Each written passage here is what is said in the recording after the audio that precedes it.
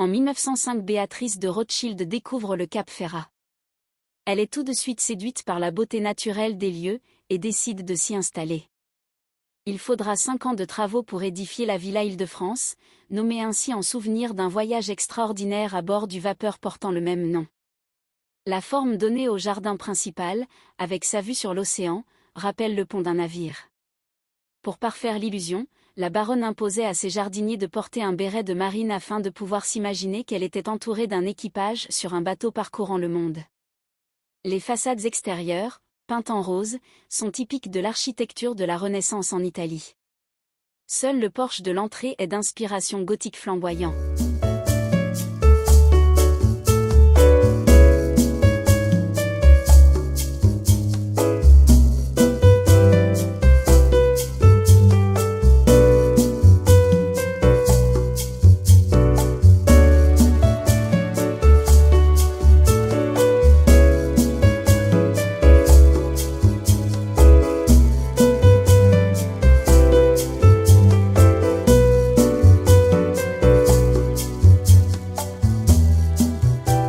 La Villa Ephrussi de Rothschild ne compte pas moins de 9 jardins de rêve. Béatrice était une amoureuse de la nature et elle a su faire honneur à celle-ci avec ses extérieurs.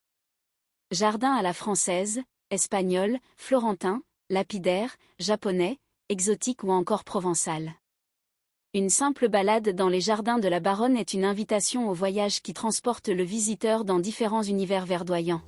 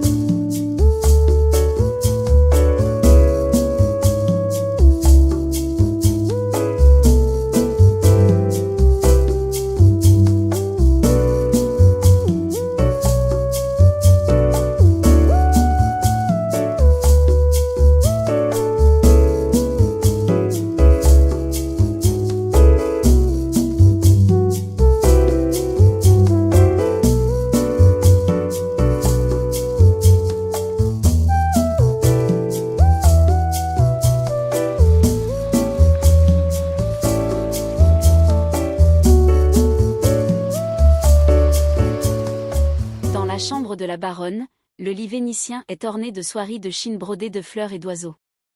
La famille des Rothschild pratiquait le commerce de la soie avec le pays du soleil levant depuis 1838.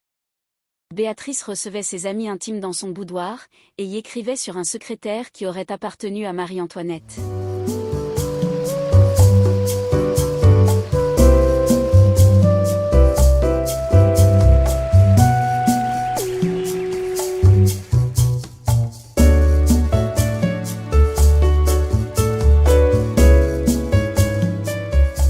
Dans la partie garde-robe, les vêtements d'inspiration asiatique et les robes datant du XVIIIe siècle sont toujours présents. C'est dans le patio de la Villa Ephrussi de Rothschild que la baronne accueillait ses invités et organisait des réceptions. Cette cour intérieure est bordée de colonnes en marbre rose de Vérone qui soutiennent des arcades de style Renaissance italienne. Les musiciens se tenaient sur des balcons au premier étage, visibles depuis le patio.